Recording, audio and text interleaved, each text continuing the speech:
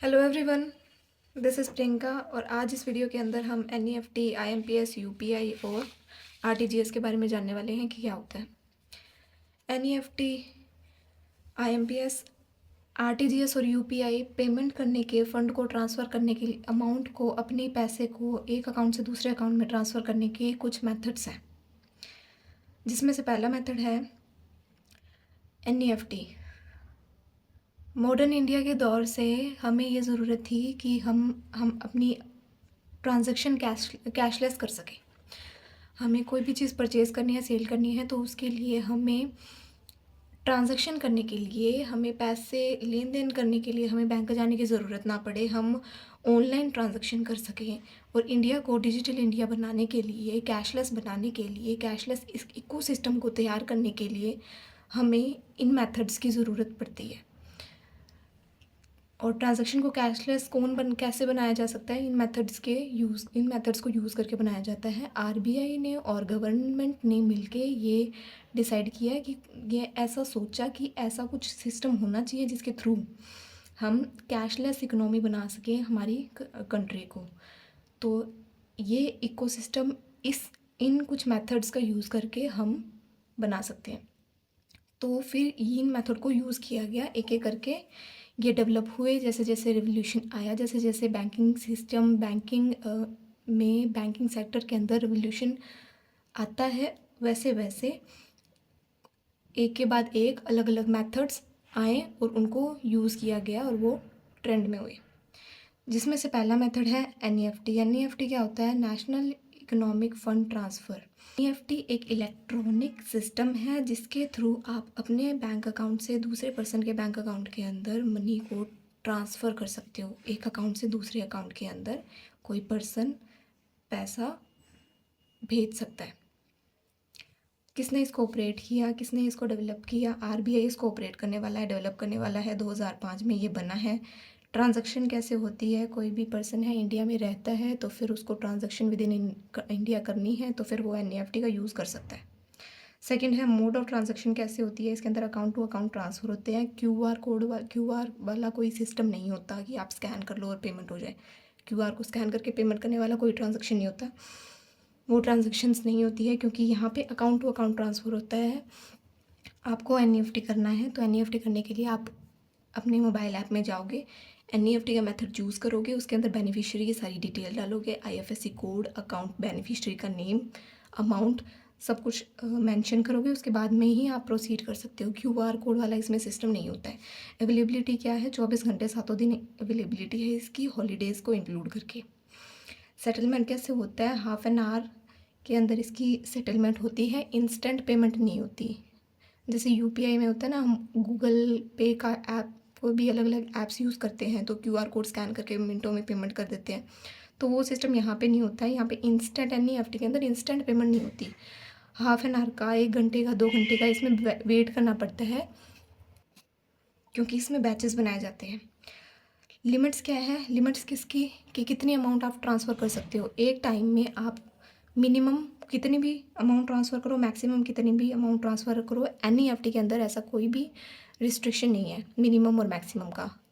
कितनी भी ट्रांजैक्शन आप कर सकते हो इस मेथड के अंदर। चार्जेस इसके अंदर आरबीआई की गाइडलाइंस है, इसके अंदर कोई भी चार्जेस नहीं लगते हैं।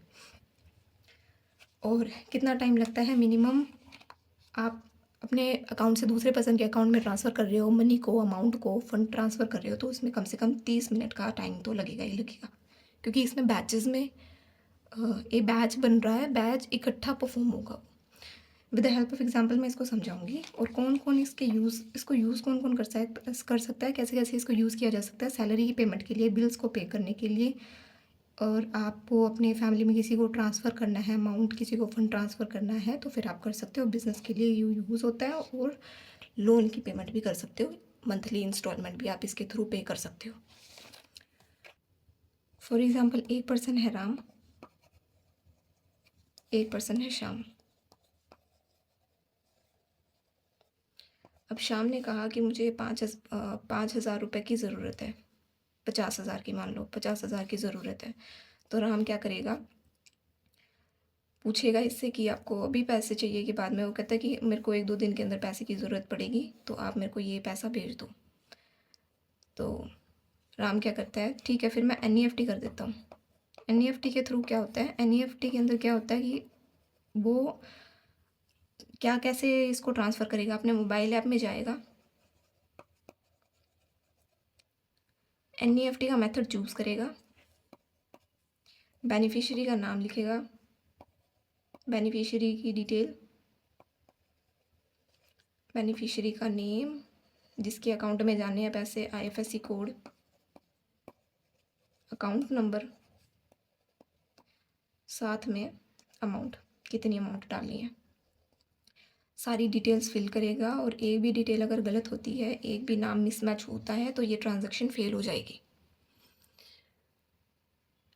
ये होता है NEFT के अंदर। अब NEFT में क्या है कि आप अगर राम शाम को कर रहे हैं ना, तो शाम को वेट करना पड़ेगा आधे घंटे का, हाफ एन आवर का मिनिमम वेट करना पड़ेगा उसको।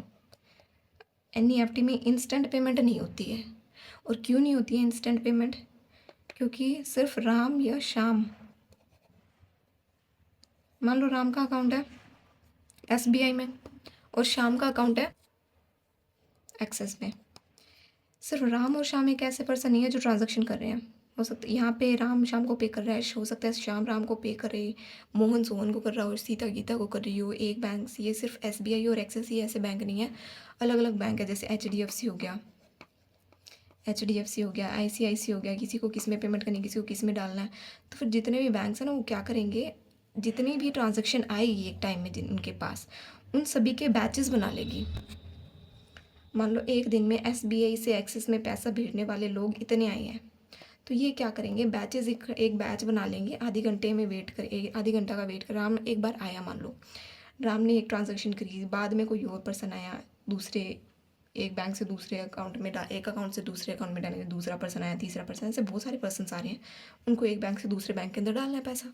तो आधे घंटा का वेट कर रहे हैं बैंक कि जितनी ट्रांजैक्शन इकट्ठी हो जाती है उन सभी को इकट्ठा परफॉर्म कर दिया जाए। अब ये बैचेस क्यों बन रहे हैं यहाँ पे, वो इसलिए ताकि सर्वर को ज़्यादा लोड ना लेना पड़े। बैंकिंग के अंदर ये जो ट्रांजैक्शन हो रही है ना, तो इनके भी बैंक का खर्चा होता है, इनसे बैंक को ज़्यादा लोड ना लेना पड़े, इसीलिए ये बैचेस तैयार किए जाते हैं।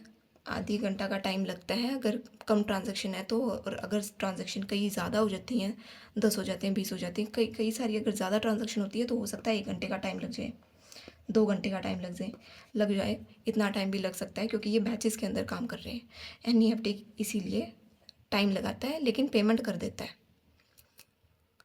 मिनिमम मैक्सिमम का कोई इसमें चक्कर नहीं है, कोई भी ऐसा सीन नहीं है, 24/7 इसकी सर्विस होती है। और बस इसमें एक ये डिसएडवांटेज है कि इसमें आपको टाइम लगेगा अगर आपको अपना पैसा दूसरे पर्सन के अकाउंट के अंदर डालना है, ये इसकी लिमिटेशन है। ठीक है, तो इसके बारे में सारा जान लिया। इलेक्ट्रॉनिक सिस्टम है, एक अकाउंट से दूसरे पर्सन के अकाउंट में आप ट्रांसफ़र कर सकते हो मनी को। RBI ऑपरेट करता है, 2005 में बना था। डोमेस्टिकली आप इंडिया में रहते हो, इंडिया के अंदर किसी और पर्सन को भेजना है, आपको फ़ंड ट्रांसफ़र करना है, तो फिर NEFT के थ्रू कर सकते हो। अकाउंट टू अकाउंट ट्रांसफ़र होता है, कैश की ज़रूरत नहीं पड़ती। 24 घंटे 7 दिन ये काम करता है, इंक्लूडिंग हॉलीडेज़। और साथ में इसके बैचेस बनाए जाते हैं, इंस्टेंट पेमेंट नहीं होती है, मिनिमम मैक्सिमम का कोई सीन नहीं है। बैंक टू बैंक वेरी करता है, पर मिनिमम मैक्सिमम का कोई भी इसमें सीन नहीं है। 1 रुपये मिनिमम और मैक्सिमम कितना मर्जी कर दूँ। Charges as per RBI guidelines, NEFT की ट्रांजैक्शन के लिए कस्टमर को कोई भी चार्ज नहीं किया जाता, कोई भी चार्जेस नहीं लगते हैं। और टाइम कितना लगता है, मिनिमम 30 मिनट का, मिनिमम 30 मिनट्स का टाइम लगेगा, मैक्स टू मैक्स 1 घंटा, 2 घंटा, 3 घंटा, एज़ पर दी कितने ट्रांजैक्शन हो रही है, कितने बैचेस बन रहे हैं, एक बैच के अंदर कितनी ट्रांजैक्शन हो रही है, उनके ऊपर डिपेंड करता है। और साथ में यूजेस क्या है, सैलरी पे कर सकते हो, बिल पेमेंट कर सकते हो, और साथ में आप अपना फ़ंड किसी फैमिली पर्सन को ट्रांसफ़र करना है, बिजनेस के लिए ट्रांजैक्शन करनी है, लोन की पेमेंट करनी है, वो भी कर सकते हो। ये है सारा NEFT के बारे में। ठीक है, उसके बाद में क्या आता है, RTGS। NEFT में क्या लिमिटेशन थी कि आप वहाँ पे आपको समय लगेगा, समय देना पड़ेगा, टाइम लगेगा, ट्रांजैक्शन पूरी हो जाएगी लेकिन टाइम लगेगा। लेकिन अगर किसी को अर्जेंट पेमेंट करनी है तो वो कहाँ जाए, उसके लिए बनाया RTGS। RTGS के अंदर क्या है, ये भी सेम वैसे ही एक इलेक्ट्रॉनिक सिस्टम है, bank to bank amount transfer कर सकता है, फंड से ट्रांसफ़र हो जाती है, रियल टाइम में पेमेंट हो जाती है उसकी, वेट नहीं करना पड़ता आपको, पेमेंट हो जाती है। कुछ 1-2 मिनट का वेट करना पड़ेगा और ट्रांजैक्शन इमीडिएटली प्रोसीड हो जाएगी। ऑपरेट करने वाला कौन है? इसको आरबीआई ऑपरेट करता है। 2004 में ये बना था। विद इन इंडिया आप रहते हो, इंडिया के अंदर डोमेस्टिकली आप यूज़ करते हो, मतलब डोमेस्टिक आप इंडिया के अंदर रहने वाले हो, आरटीजीएस आप कर सकते हो। अकाउंट टू अकाउंट ट्रांसफ़र होता है। 24 घंटे 7 दिन इसकी अवेलेबिलिटी रहती है, 24 hours and 7 weeks including holiday. और उसके बाद में सेटलमेंट कैसे होती है? इसके अंदर बैचेस नहीं बनते। इसमें जितनी भी ट्रांजैक्शन होती है, अब ये जो ट्रांजैक्शन होती है ना, इनके कोई बैच नहीं बनेंगे। एक एक करके जैसे जैसे हम ट्रांजैक्शन आती रहेंगी वैसे वैसे प्रोसीड होती रहेंगी। ये बैच बनाने का टाइम नहीं लेगी बैंक, इमीडिएटली ट्रांसफ़र कर देगी अमाउंट को। लेकिन इसमें ये लिमिटेशन आई कि आपको मिनिमम, अगर आरटीजीएस करना है, आपने रियल टाइम ग्रोस सेटलमेंट करनी है, तो क्या करना पड़ेगा आपको? कम से कम 2 लाख रुपए करने पड़ेंगे। अब इतनी हैवी अमाउंट अगर करनी है तो ही आप आरटीजीएस के अंदर आओगे, अदरवाइज़ नहीं। ठीक है। और अगर आपको अर्जेंट पेमेंट करनी है, आरटीजीएस करा लो। नॉन अर्जेंट पेमेंट है और कितनी मर्जी पेमेंट करो, वो एनईएफटी में होगा। अर्जेंट है तो फिर आप आरटीजीएस में जाओ, और आरटीजीएस में अगर आप आते हो तो फिर आपको 2 लाख तो मिनिमम चाहिए ही चाहिए। इससे ज़्यादा ट्रांजैक्शन, इससे कम में ट्रांजैक्शन आरटीजीएस नहीं अलाउ करता। और मैक्सिमम कितनी लिमिट है? कोई भी लिमिट नहीं है, मैक्सिमम कितना भी अमाउंट आप ट्रांसफ़र कर सकते हो। टाइम कितना लेता है? ये क्रेडिट हो जाती है आपकी, आपने जो अमाउंट अपने अकाउंट से दूसरे अकाउंट के अंदर ट्रांसफ़र करना है वो इमीडिएटली प्रोसीड हो जाएगा। कुछ मिनट का टाइम लगेगा, ज़्यादा टाइम नहीं लगेगा, और आरटीजीएस में आपकी अमाउंट ट्रांसफ़र हो जाएगी। कौन कौन यूज़ कर सकता है? लास्ट ट्रांजैक्शन जिसको करनी है, 50 लाख करने हैं, 10 लाख करने हैं, 20 लाख करने हैं, 5 करोड़ करने हैं, आप आरटीजीएस के अंदर कर लो। कोई भी लिमिट नहीं है इसमें मैक्सिमम की। मिनिमम कितनी है? 2 लाख रुपए। हाई वैल्यू परचेज़ करने हैं, ज़्यादा अमाउंट है, आपको इमीडिएट पेमेंट करनी है, आरटीजीएस कर लो। इंटर बैंक ट्रांसफ़र कर सकते हो, कॉर्पोरेट पेमेंट कर सकते हो। ये है आरटीजीएस के बारे में। अब आरटीजीएस और एनईएफटी ये हो गए पुराने मेथड्स जो पहले काफ़ी यूज़ में थे और यूज़ में अभी भी हैं, क्योंकि अगर मान लो किसी को 2 लाख से ज़्यादा ही पेमेंट करनी है, बहुत बड़ी बड़ी पेमेंट्स करनी है, तो वो आरटीजीएस और एनईएफटी के अंदर कर सकते हैं। और इनके अलावा अब जो अपग्रेडेड वर्जन है इनका, वो क्या है? इनके बाद में क्या आया? वो आया आईएमपीएस। आईएमपीएस क्या है? Immediate payment service. इसके अंदर आपको वेट नहीं कराया जाता, आपकी सेकंड्स के अंदर पेमेंट हो जाती है। फिर हमें अब बात आती है कि एनईएफटी और आरटीजीएस से ये क्या अलग कर देता है कि इसको बनाया गया है, क्यों इसको लाया गया, तो वो हम जानते हैं अभी। आईएमपीएस क्या करता है? इलेक्ट्रॉनिकली फ़ंड ट्रांसफ़र करने का, पेमेंट करने का एक ऐसा सिस्टम है इंडिया के अंदर जो आपके मनी ट्रांसफ़र करने में हेल्प करता है, आपको मनी ट्रांसफ़र करने में हेल्प करता है।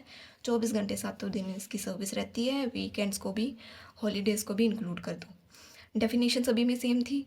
अब इसमें अलग क्या है? ऑपरेट करने वाला कौन है? एनपीसीआई के, national payment corporation of India, जो 2010 के अंदर बन के तैयार हुआ। National payment corporation of India क्या है? कुछ कई सारे बैंक्स थे, इन्होंने क्या डिसाइड किया कि हम इकट्ठे कैपिटल लगाते हैं। तो कैपिटल लगाने के बाद में ये इनके एक नॉन प्रॉफिट ऑर्गेनाइजेशन है, ये बैंक्स कई सारे इकट्ठे हुए, कैपिटल इन्होंने लगाई और ये ऑर्गेनाइजेशन को सेटअप किया, कोऑपरेटिव ये सेटअप हुई। तो और इन्होंने क्या डिसाइड किया कि हम सर्विस प्रोवाइड कर देंगे लोगों को, उनको जिनको अर्जेंट पेमेंट करनी है, लिमिटेड पेमेंट करनी है, तो उनके लिए भी एक ऐसा सोर्स होना चाहिए। अब भाई हम इंडिया को डिजिटल इंडिया बनाना चाहते हैं, ऐसा सपना देख रहे हैं कि इंडिया डिजिटलाइज करें, कैशलेस करें, तो ये कैसे मुमकिन होगा? तो उसके लिए एनपीसीआई बना। और ये कैसे काम करता है? डोमेस्टिकली काम करता है, इंडिया में रहते हो, मनी अमाउंट ट्रांसफ़र कर सकते हो with the help of IMPS. Mode कैसे रहता है? अकाउंट टू अकाउंट ट्रांसफ़र कर सकते हो, मोबाइल बेस्ड है ये। अवेलेबिलिटी 24 घंटे 7 दिन। मैक्सिमम मिनिमम का इसमें सीन क्या है? मिनिमम तो आप कितना मर्जी करो, 1 रुपये से चालू है, लेकिन मैक्स टू मैक्स आप 5 लाख कर सकते हो। फ़र्क आया ना अब दोनों में? ऑपरेट करने वाला एनपीसीआई, वहाँ दोनों को कौन ऑपरेट कर रहा था? एनईएफटी और आईएमपीएस को आरबीआई। यहाँ कौन ऑपरेट कर रहा है? National payment corporation of India. और इसके अलावा वहाँ पे मिनिमम और मैक्सिमम लिमिट का क्या सीन था? एनईएफटी में मिनिमम मैक्सिमम का कोई भी लिमिटेशन नहीं थी। आरटीजीएस में क्या लिमिटेशन थी कि आपको मिनिमम 2 लाख करना है। यहाँ पे क्या बात आई कि आप मिनिमम कितना मर्जी कर लो, लेकिन मैक्सिमम आप 5 लाख ही कर सकते हो, इससे ज़्यादा नहीं कर सकते। ये लिमिटेशन है यहाँ। अब हर कोई मिल के एक दूसरे को पूरा कर रहा है। जहाँ पे आपको लगता है कि एनईएफटी करना चाहिए, वहाँ आप एनईएफटी कर सकते हो, आरटीजीएस कर सकते हो, आईएमपीएस कर सकते हो। सभी सभी के अपने अपने प्रोज हैं, सभी के अपने अपने कॉन्स हैं। एक में जो कमी है वो दूसरी पूरी कर रहा है, दूसरे में जो कमी है वो पहले वाला पूरी कर रहा है। इसलिए अलग अलग मेथड्स बनाए गए, जिसको जो सूटेबल है वो उसको यूज़ करो और पेमेंट अपनी करो, ट्रांजैक्शन करो, उसमें कोई आपको दिक्कत नहीं है। आईएमपीएस के अंदर मैक्सिमम आप 5 लाख कर सकते हो, मिनिमम कोई भी लिमिट नहीं है। चार्जेस जनरली बैंक्स के अंदर कितने भी आईएमपीएस के भी कोई चार्जेस नहीं हो सकते, पर कुछ banks bank to bank vary करता है, थोड़े बहुत फीस चार्ज कर लेता है आईएमपीएस के ऊपर। टाइम कितना लगता है, इंस्टेंट पेमेंट हो जाती है। वहाँ पे कुछ मिनट लग रहे थे ना, और एनईएफटी के अंदर क्या हो रहा था, 30 मिनट का मिनिमम टाइम लग रहा था, आरटीजीएस के अंदर कुछ मिनट का टाइम लग रहा था, और यहाँ पे इंस्टेंट पेमेंट हो जाती है, आपको वेट नहीं करना पड़ता। कौन कौन यूज़ कर सकता है इसको? इमरजेंसी फ़ंड ट्रांसफ़र के लिए पर्सन टू पर्सन पेमेंट करनी है, कर सकते हो। मैक्सिमम स्मॉल बिजनेस पेमेंट्स कर सकते हो, बिल को पे कर सकते हो, और सारी ट्रांजैक्शन इसके अंदर हो जाती है। और अब इसके बाद में थोड़ा और रेवोल्यूशन आया, बैंक्स के पास और रिसोर्सेज आए, तो उन्होंने और रिसोर्सेज को यूज़ किया और लेके आए यूपीआई को। आईएमपीएस के बाद में एक उसका अपग्रेडेड वर्जन आया यूपीआई। यूपीआई क्या है? यूनिफाइड पेमेंट इंटरफेस है। यूपीआई में कैसे ट्रांजैक्शन होती है? National payment corporation of India के अंदर यूपीआई आता है, और यूपीआई के अंडर बहुत सारे ऐप्स आते हैं जिन्होंने लाइसेंस लिए हैं, जैसे कि गूगल पे, फ़ोनपे और पेटीएम। ये सारे ऐप्स हैं, ये सारे यूपीआई के अंडर आते हैं और लोगों को फैसिलिटी प्रोवाइड करते हैं कि वो ऑनलाइन ट्रांजैक्शन कर सके। ठीक है। अब यूपीआई क्या है? ये एक डिजिटल पेमेंट सिस्टम है इंडिया के अंदर that allows instant money transfer between bank account using mobile phone without sharing bank details. बाकी के सभी फंड ट्रांसफ़र के मेथड के अंदर क्या हो रहा था, आपको अकाउंट डिटेल सारी फिल करनी पड़ रही थी, अकाउंट नंबर डालना पड़ रहा था, बेनिफिशियरी की सारी डिटेल डालनी पड़ रही थी, आईएफएससी कोड डालना पड़ रहा था, सब कुछ प्रॉपर फिल करनी पड़ रही थी, एक एक डिटेल डालनी पड़ रही थी। बट यहाँ पे क्या है, आप स्कैन कर सकते हो, क्यूआर कोड मिल जाता है आपको, स्कैन करो पेमेंट करो, मोबाइल नंबर डालो पेमेंट करो, विद इन सेकेंड्स इसकी पेमेंट हो जाती है। डेवलप करने वाला कौन था इसको? National payment corporation of India. Launch किया किसने? आरबीआई और एनपीसीआई। अब आरबीआई यहाँ पे क्यों आया, इसका क्या काम है यहाँ पे? आरबीआई देखो, जहाँ पे भी पैसे का रोल आया, आरबीआई अपना दखल देता ही देता है। देखो आरबीआई क्या है, बैंक्स को सभी को मॉनिटर करता है, चाहे वो पब्लिक बैंक हो चाहे वो प्राइवेट बैंक हो, दोनों को कंट्रोल करने का, मॉनिटर करने का काम आरबीआई का है। तो जहाँ पे भी मनी से रिलेटेड ट्रांजैक्शन आएगी, जहाँ भी मनी से रिलेटेड कोई भी चीज़ होती है, आरबीआई कंट्रोल करने वाला, सुपरवाइज करने वाला है। फादर ऑफ फाइनेंस, मतलब सब कुछ आरबीआई के अंडर है। तो एनपीसीआई से अलग कैसे हुआ, जबकि वो तो फैसिलिटी प्रोवाइड करता है रिलेटेड टू फाइनेंस? तो आरबीआई तो होगा ही होगा यहाँ पे। और ये आरबीआई का काम इजी भी करता है, national payment corporation of India. सरकार ने और आरबीआई ने मिलकर ये सोचा था, डिसाइड किया कि एक ऐसा सिस्टम हो, एक ऐसा इकोसिस्टम बने जिसके अंदर लोगों को एक तो सिक्योरिटी भी हो उनके पास, कि वो अपना पैसा अपने घर में जमा करके रख रही हैं। उनको मान लो मेरे को पेमेंट करनी है, मेरी डीलिंग होने वाली है, 50 लाख की पेमेंट करनी है मुझे, तो मैं क्या अपने घर में 50 लाख रुपए जमा करके रखूँगी क्या कि कल मैं जाऊँगी पेमेंट करने के लिए? क्यों नहीं करूँगी? क्योंकि हो सकता है घर में चोरी होने का खतरा और बहुत सारी अनसर्टेन सिचुएशंस हो सकती हैं, जिसकी वजह से वो अमाउंट मेरी इधर उधर हो जाए। लेकिन यहाँ पे क्या है, हम ऑनलाइन ट्रांजैक्शन कर रहे हैं, मेरी बैंक से सीधा फिजिकली मैं लेके नहीं जा रही हूँ अपने पैसे को कहीं पर भी, बैंक के अंदर डाल रखा है, बैंक के अंदर से वो अमाउंट ट्रांसफ़र हो रही है, तो उसमें सेफ्टी रहती है। इसीलिए ये सारे सिस्टम आए हैं यूज़ के अंदर। अब इसके बाद में लॉन्च करने वाला आरबीआई और एनपीसीआई है। यूपीआई को ट्रांसफ़र कैसे करते हो विद इन इंडिया, आप डोमेस्टिकली इसको यूज़ कर सकते हो। अवेलेबिलिटी इसकी 24 घंटे 7 दिन रहती है, including holidays. Mode of payment कैसे रहता है? मोबाइल बेस्ड है, अपने मोबाइल को यूज़ करो और इंस्टेंटली पेमेंट कर दो। मिनिमम मैक्सिमम की क्या लिमिट है? मिनिमम कोई भी लिमिट नहीं है, मैक्स टू मैक्स आप 1 लाख रुपये ट्रांजेक्शन कर सकते हो। किसी में मिनिमम को लेके लिमिटेशन होती है, किसी में मैक्सिमम को लेके लिमिटेशन होती है। यहाँ पे मैक्सिमम को लेके है कि मिनिमम आप कोई भी लिमिटेशन नहीं है, मैक्सिमम आप 1 लाख रुपए ट्रांसफ़र कर सकते हो। थोड़ा बहुत ऊपर नीचे हो सकता है, कोई 2 लाख की ट्रांजैक्शन अलाउ कर देता है, लेकिन ये जनरली 1 लाख की ट्रांजैक्शन अलाउ करता है यूपीआई। चार्जेस इसके फ्री रहते हैं, कोई भी चार्जेस नहीं लगते हैं। टाइम कितना लगता है, instant with in seconds payment हो जाती है। यूजेस क्या है, पर्सन टू पर्सन यूज़ करना है। 20 रुपये ट्रांजेक्शन करना है, 5 रुपये तक भी आप 5 रुपये 1 रुपये 2 रुपये कितना भी करना है यूपीआई से आप इंस्टेंटली कर सकते हो। आपको सामने वाले का अकाउंट नंबर, आईएफएससी कोड, ये सारी चीज़ें लेके रख के लिखने की ज़रूरत नहीं पड़ती है। आपने क्यूआर कोड स्कैन किया या फिर मोबाइल नंबर डाला, इंस्टेंटली पेमेंट कर सकते हो आप। आपको मोबाइल रिचार्ज करना है, इलेक्ट्रिसिटी का रिचार्ज करना है, टीवी का रिचार्ज करना है, तो फिर ये सारी चीज़ें भी आप यूपीआई के अंदर कर सकते हो। एनईएफटी में और आरटीजीएस के अंदर आपको क्यूआर कोड वाला सिस्टम नहीं होता है। वहाँ पे सारा कुछ डिटेल्स डालनी पड़ती है, क्योंकि वहाँ पे अकाउंट टू अकाउंट ट्रांसफ़र हो रहा है। यहाँ पे आप मोबाइल के थ्रू, ऐप्स के थ्रू यूज़ कर सकते हो उनको, और क्यूआर कोड वगैरह स्कैन करके पेमेंट कर सकते हो। यूज़ कौन कौन कर सकता है, पेमेंट इंस्टेंटली पेमेंट हो जाती है। Person to person person to person payment कर सकते हो, मर्चेंट पेमेंट कर सकते हो, ऑनलाइन शॉपिंग कर सकते हो, बिल की पेमेंट करना है, रिचार्ज करना है, सब्सक्रिप्शन परचेज करना है, यूपीआई के थ्रू कर सकते हो। तो एक बार सम अप कर लेते हैं। एनईएफटी में क्या था, अकाउंट टू अकाउंट आप ट्रांसफ़र कर सकते हो फंड को। मिनिमम मैक्सिमम कोई भी लिमिटेशन नहीं है, कितनी भी अमाउंट आप ट्रांसफ़र कर दो, दोनों में कोई भी लिमिटेशन नहीं है, कितनी भी ट्रांजैक्शन करो कोई भी दिक्कत नहीं है। यहाँ पे जो टाइम लगता है वो 30 मिनट्स का लगता है।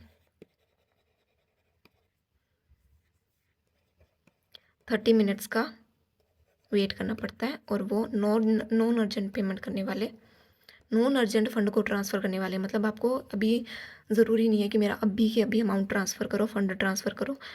तो जिनको जो वेट कर सकते हैं वो यहाँ आके अपना फंड ट्रांसफ़र करें। आरटीजीएस के अंदर क्या है, अकाउंट टू अकाउंट सेम यहाँ पे भी ट्रांसफ़र हो रहा है, इंस्टेंट पेमेंट हो रही है, कुछ मिनट्स का टाइम लगेगा और पेमेंट हो जाएगी। मिनिमम और मैक्सिमम की क्या है यहाँ पे रिक्वायरमेंट है, मिनिमम 2 लाख कर सकते हो, और मैक्सिमम आप कोई भी लिमिट नहीं है, अनलिमिटेड आप अमाउंट ट्रांसफ़र कर सकते हो। आईएमपीएस के अंदर account to account same transfer हो रहा है अमाउंट। मिनिमम क्या लिमिट है, मिनिमम कोई भी लिमिट नहीं है, और मैक्सिमम आप सिर्फ 5 लाख रुपए ट्रांसफ़र कर सकते हो। किसमें, आईएमपीएस के अंदर। और तीनों में क्या चीज़ कॉमन थी कि आपको बेनिफिशियरी की डिटेल्स डालनी पड़ेगी। बेनिफिशियरी का नेम, आईएफएससी कोड, अमाउंट डालनी है, अमाउंट तो देखो सभी में डालनी है, कितना पैसा डालना है, और इसके अलावा नेम उसका हो गया, आईएफएससी कोड, मोबाइल नंबर, सब डिटेल्स आपको डालनी, एंटर करनी होगी। एक भी अगर डिटेल गलत होती है तो फिर ये अमाउंट ये ट्रांजैक्शन सक्सेसफुल नहीं हो पाएगी। ये चीज़ें, एनईएफटी को ऑपरेट करने वाला कौन है, आरबीआई। आरटीजीएस को ऑपरेट करने वाला आरबीआई, और आईएमपीएस को ऑपरेट करने वाला एनपीसीआई। तो ये सारा समअप है आरटीजीएस, एनईएफटी, आरटीजीएस, आईएमपीएस और यूपीआई के बारे में।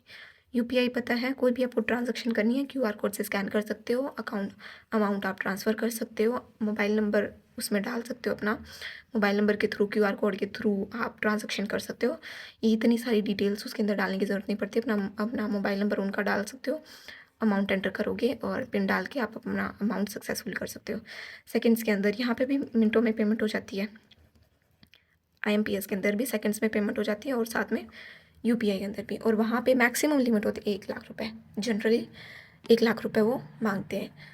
अब इन सारी चीज़ों की बैंकिंग सिस्टम को, इन जो मेथड्स हैं, इनके थ्रू बैंकिंग सिस्टम एक तरीके से रिवोल्यूशनराइज हुआ है। एक कैशलेस ट्रांजैक्शन करने के लिए लोगों के पास ये सुविधा आई है कि वो बैंक के अंदर जाने के बजाय अपने अमाउंट को, कोई भी ट्रांजैक्शन करनी है उनको, तो वो अपने घर में बैठे बैठे मोबाइल फ़ोन के थ्रू, नेट बैंकिंग के थ्रू ये अपनी ट्रांजैक्शन कर सकते हैं। सर्वर का देखो काम करना पड़ता है, लेकिन यहाँ पे क्या है, आरटीजीएस के अंदर सर्वर को ज़्यादा लोड नहीं लेना पड़ रहा है, क्योंकि यहाँ पे बैचेस में पेमेंट हो रही है।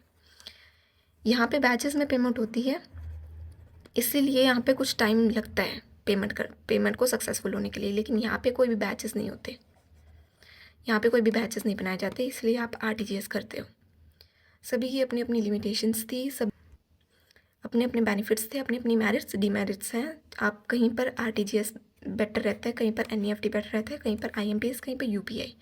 ज़्यादा पेमेंट करनी है, कम पेमेंट करनी है, जितनी भी पेमेंट करनी है, कितना टाइम आपको चाहिए करने के लिए, आपकी अपनी रिक्वायरमेंट के अकॉर्डिंग आप ये कोई भी मेथड यूज़ कर सकते हो।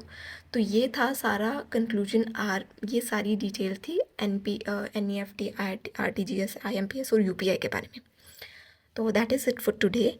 Thank you so much for watching this video.